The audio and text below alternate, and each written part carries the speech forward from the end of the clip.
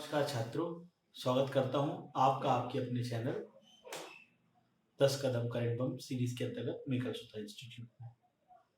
चलिए प्रारंभ करते हैं आज से संबंधित कुछ महत्वपूर्ण उन तथ्यों को जो आपके एग्जाम में अत्यंत इंपॉर्टेंट या कह सकते हो महत्वपूर्ण हो सकते हैं। तो प्रारंभ करते हैं आज का अपना सेशन, जिसमें सबसे पहला प्रश्न आप लोगों की स्क्रीन में कुछ इस प्रकार है।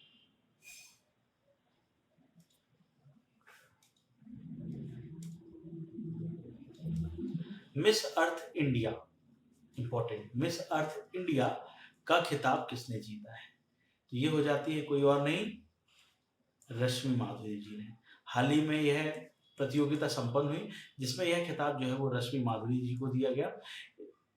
ठीक है, इन्हीं के साथ ब्यूटी विद रिस्पॉन्सिबिलिटी 2021 का खिताब हिमाचल प्रदेश की वंशिका परमार जी को दिया गया। तो ये टूर्नामेंट ये प्रतियोगिता जो है वो संपन्न हुई मिस अर्थ इंडिया, जिसकी प्रमुख कौन बनी है? रश्मि माधुरी जी। मैं बता दूं आपको, भारत की पहली महिला या कह सकते हैं विश्व सुंदरी कौन हुई है? रीता फारिया जी।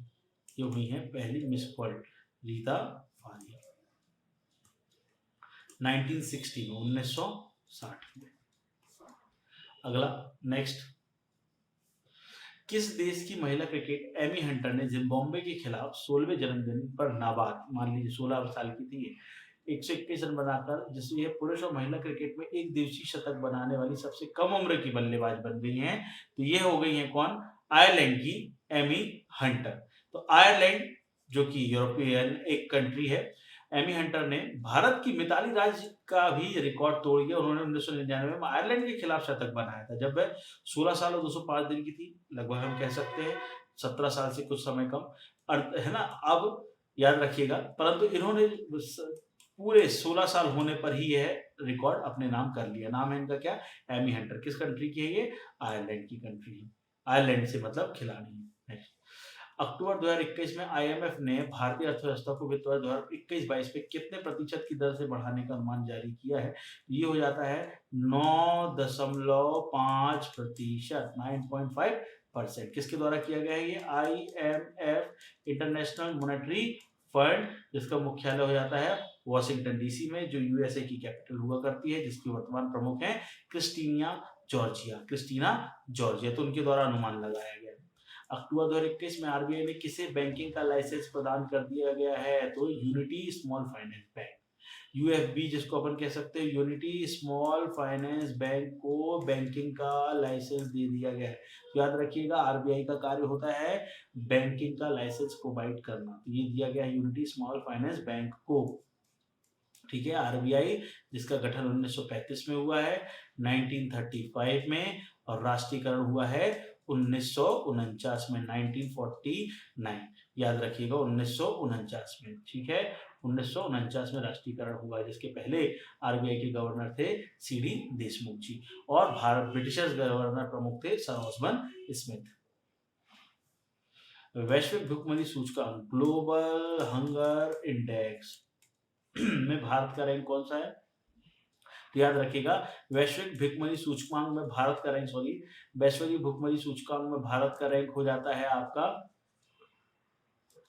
101। ठीक है, 116 देशों में भारत का रैंक कौन सा हो जाता है? 101। हमारे पड़ोसी देशों की यदि हम बात करें तो ये 76वें स्थान पर कौन है? नेपाल, बांग्लादेश 76, और दोनों साथ में है 71, म्यांमार, पाकिस्तान 92। उनसे भी स्थिति किसकी ज्यादा है? भारत की। क्यों? क्योंकि हमारी पॉपुलेशन, और कोविड के कारण भी ये स्थिति हो पाई है कि बहुत सारे लोगों का कामगार छिन गया है, जिनके पास खाने तक के लाले पड़ गए, इसलिए जीजीएचआई निकाली गई। ये रिपोर्ट में भारत का रैंक कौन सा हो गया? 101। अगला, किस राज्य की निवासी 20 वर्षीय अदिति महेश्वरी को एक दिन के लिए भारत का ब्रिटिश उच्चायुक्त तो बनाया गया है? ये कहाँ की हो जाती है बच्ची? राजस्थान की। अदिति महेश्वरी दिल्ली विश्वविद्यालय के मिरांडा हाउस कॉलेज की, याद रखिएगा ये महिलाओं के कॉलेज में सबसे अग्रणी कॉलेज जाता है, वहां की ये छात्रा है जिन्होंने स्नातक पढ़ाई करी है फिजिक्स में। इस अखिल भारतीय प्रतियोगिता में उन्होंने विजेता बनी है, जिसके कारण उनको राजनयिक बनने का अनूठा अवसर प्राप्त हुआ। ये कहाँ की? अदिति महेश्वरी, राजस्थान, जिस राज्य की कैपिटल हो जाती है जयपुर, जहाँ के मुख्यमंत्री हो जाते हैं अशोक गहलोत, और जहाँ के राज्यपाल हो जाते हैं कलराज मिश्र, वहीं की हैं ये।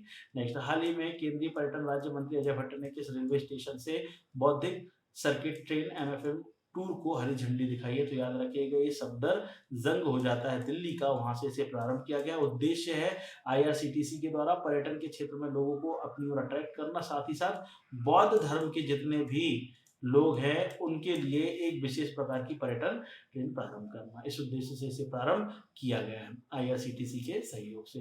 नेक्स्ट, हाल ही में राष्ट्रीय बाघ संरक्षण प्राधिकरण ने किस राज्य सरकार में गुरु घासीदास राष्ट्रीय उद्यान को तथा तमोर पिंगला वन्य जीव अभ्यारण्य संयुक्त क्षेत्र को एक नए टाइगर रिजर्व के रूप में प्रारूप दे दिया है? तो ये राज्य हो जाता है कौन सा? छत्तीसगढ़। गुरु घासीदास कहाँ का है? छत्तीसगढ़, जो कि एक नेशनल पार्क है, उसे टाइगर रिजर्व का दर्जा दे दिया गया है। याद रखिएगा, टाइगर रिजर्व का दर्जा दे दिया गया है, ठीक है। ये हो जाता है कहाँ पर? छत्तीसगढ़ में। बहुत महत्वपूर्ण, याद रखिएगा वर्तमान में टाइगर स्टेट का दर्जा किसे मिल गया है? मध्य प्रदेश को, जहां पर कुल मिलाकर टाइगर्स की संख्या कितनी है? 526। इतने टाइगर्स के साथ मध्य प्रदेश का रैंक कौन सा हो जाता है? First tiger projects. याद रखिएगा, सबसे पहले जिम कॉर्बेट नेशनल पार्क में प्रारंभ हुआ था टाइगर प्रोजेक्ट, और मध्य प्रदेश में ये सबसे पहले प्रारंभ हुआ था कहाँ पर? कान्हा नेशनल पार्क में। अगला, किस राज्य सरकार ने मिशन कवच कुंडल प्रारंभ किया है? तो महाराष्ट्र सरकार के द्वारा इसे प्रारंभ किया गया था 8 अक्टूबर से लेके मतलब 14 अक्टूबर तक। 15 अक्टूबर को इसके अंतर्गत 100 करोड़ टीकाकरण के मिशन तक पहुंचाने का लक्ष्य इनका रखा गया था, परंतु भारत अब जो है वो 100 करोड़ टीका लगाने वाला देश, या प्रथम डोज सबको कंप्लीट हो गया, इस स्थिति में पहुंच गया है। तो उसमें बहुत महत्वपूर्ण भूमिका निभाई है किसने? कवच कुंडल ने। किस राज्य सरकार के द्वारा किया गया था? ये महाराष्ट्र सरकार। वहां के जो ये मुख्यमंत्री उद्धव ठाकरे जी, शिवसेना प्रमुख हुआ करते हैं, इनके द्वारा इस योजना को प्रारंभ किया गया था।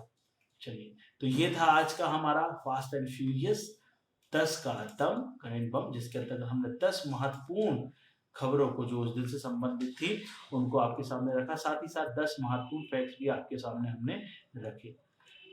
आज मेरा आप लोगों से कहना है कि मैंने जैसे नोबेल प्राइज से संबंधित एक महत्वपूर्ण वीडियो आप लोगों के सामने रखी, जिसके अंतर्गत हमने नोबेल प्राइज और उससे रिलेटेड पॉइंट जो है वो आप लोगों को दिखे, ट्रिक के साथ याद ही करवा दिया। उस वीडियो की लिंक नीचे कमेंट बॉक्स में आप लोग मतलब डिस्क्रिप्शन में मिल जाएगी, आप उसको देख सकते हैं। साथ ही साथ इससे संबंधित अगर कोई टॉपिक जिस पे आप लोग वीडियो बनवाना या देखना चाहते हैं, उन टॉपिक को समझना चाहते हैं 10 मिनट के अंदर में शॉर्ट वीडियो के रूप में, तो आप मुझे जरूर बताइए, मैं उस पर वीडियो बनाकर अपने स्तर पर अच्छे से अच्छी चीजें आपके सामने लाने की कोशिश करूंगा। चलिए, मिलते हैं हम कल पुनः इस 10 के दम के अंतर्गत कुछ महत्वपूर्ण 10 समसामयिक घटनाओं के साथ। धन्यवाद।